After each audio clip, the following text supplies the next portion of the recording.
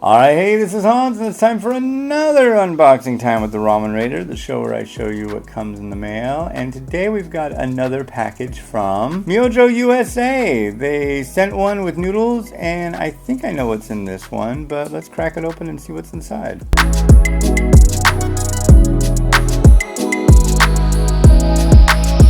Alright. So here's some printed info about their different ramen products. What do we have here? Oh, I think I know what this is.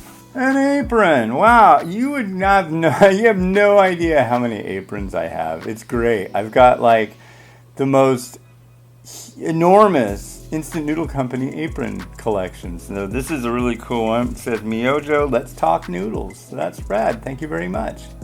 And then there's a hat. Cool. It's got an M for Myojo on the front. It has a Myojo, I don't know if you can see that, right there. There we go. And then on the back it says, "We love ramen." So let me throw this on. Rad, cool. I've got the noodle hat, I got the noodle apron, I've got noodles in the fridge ready to meet the manufacturer reviews. I'm all set.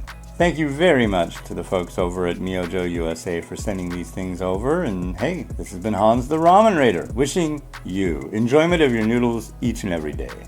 Have a good one. Bye.